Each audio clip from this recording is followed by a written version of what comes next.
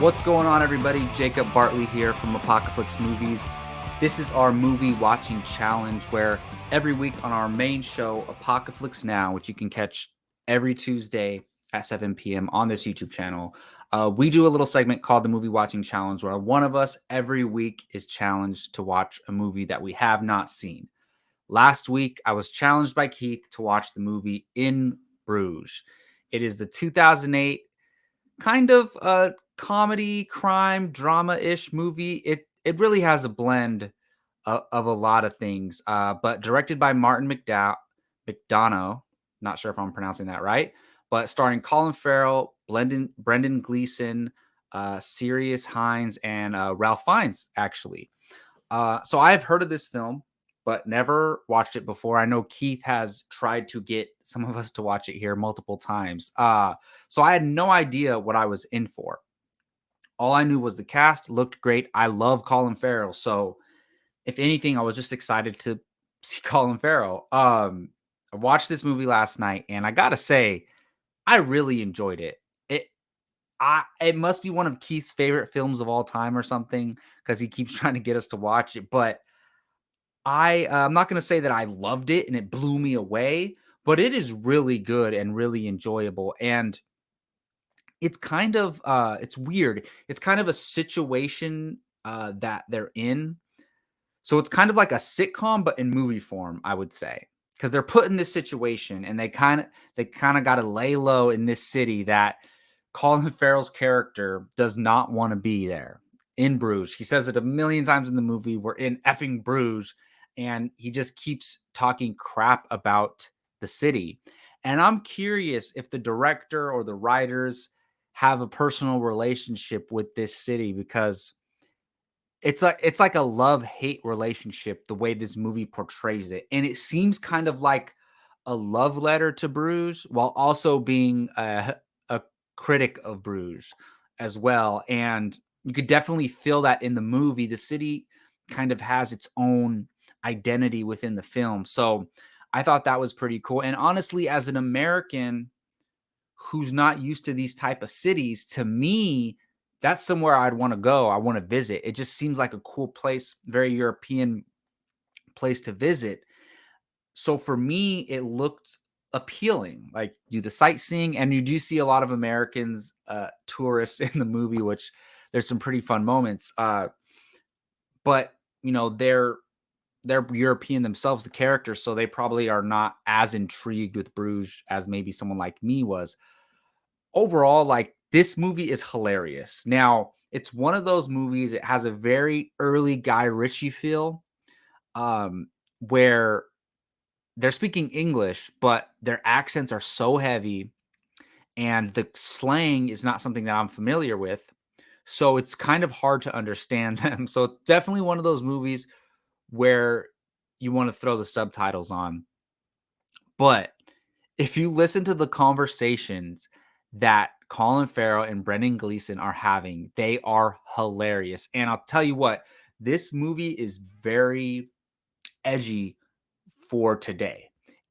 Honestly, I don't think this script would be written the way it is today as it was then, back in 2008, which is not even that long ago. What, 14 years ago? Geez, we're all getting old. But there's a lot of dirty jokes that I don't even want to repeat, honestly.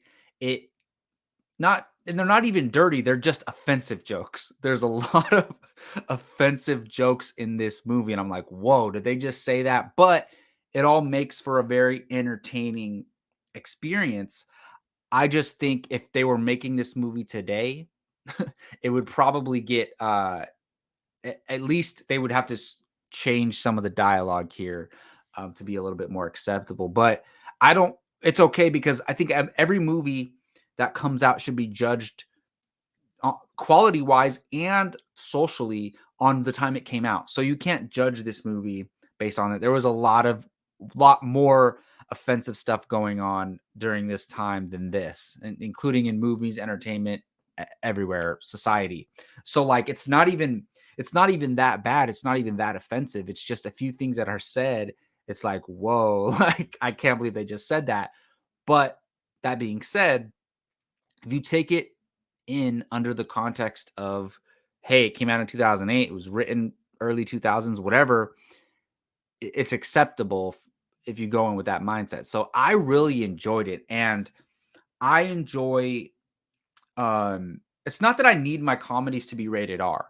I just like that there's no restrictions in a comedy as far as rated R will let you go. Obviously, I don't want a X-rated comedy, but I'm just saying like R lets you go as far as you can go. And to me, it's as an adult, you want it to be realistic, and people curse and say offensive things in real life. So for that, it really felt authentic in a way. But I couldn't believe that I'm watching this movie and it's like it has a weird tone, right? It's comedic in the dialogue, but the score and the cinematography kind of make it feel more like a drama crime film. So it's a weird mixture because the characters and the dialogue are funny, but the setting, the way it's shot, and the score make it feel more like a crime noir drama. So it has this really weird mixture, which I actually really liked, but it it's very lighthearted. I mean, I don't want to say why Colin Farrell and Brendan Gleeson are in Bruges. That part is not lighthearted.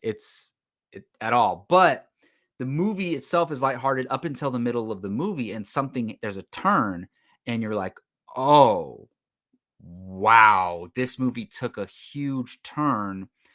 And I knew that Keith had challenged me to this movie. So I texted Keith during this moment. And once something happens in the movie, it turns into a thriller kind of shoot 'em up film. And it's just such a unique movie. And look, I'm not gonna say like this is one of my favorites ever, but I really, really enjoyed it. And I don't know if Keith specifically wanted me to watch it or he just wanted anyone to watch it, but I do think this movie's up my alley. I really enjoy this type of humor. So I really liked it. It's also at times gory because it's rated R. So when there's an opportunity for there to be blood, they don't shy away from it. And in that sense, the film does feel very realistic. And also, it is very deep. It's a very deep film. It doesn't seem like it is, but it is a very deep film. And I will warn people, it does deal with one of the characters is contemplating suicide. So just it is a touchy subject. So it does really go deep in exploring those things. So I really enjoyed it. Listening to my review, you're probably like, what the hell is in Bruges? It's all over the place. But no, it's actually really well done. And I think it's a success. Like, I really enjoyed it. Thank you, Keith, for challenging me to it. And it is by the director who directed Three Billboards Outside of Ebbing, Missouri. So he's a great director, Martin McDonough, because that movie, Three Billboards, is amazing. And it's a very different movie from In Bruges, but I can see the dramatic elements that he implemented in Three Billboards and using a little bit of those skills here. So overall, a really good movie. I really enjoyed it. Not what I was expecting, but all in all, very, very entertaining and good. So there we go. Those are my thoughts on In Bruges. Now, the next part of this movie watching challenge, we get to challenge somebody on the crew. So I can't challenge Keith and I can't challenge Brian because Brian challenged Keith to upgrade. So I'm going to challenge Jake Berlin. Yeah, Jake, I know you're busy, but you will be watching finally the Stanley Kubrick film Eyes Wide Shut, starring Nicole Kidman and Tom Cruise. And you'll find out part of why I'm a huge Nicole Kidman fan watching this movie back in 1999. But all right, that's going to do it for the movie watching challenge. Again, I'm Jacob Bartley. Don't forget to see Jake's reaction to the movie that he will be challenged to on Tuesday at 7 p.m. Thank you all again for watching. See you next time.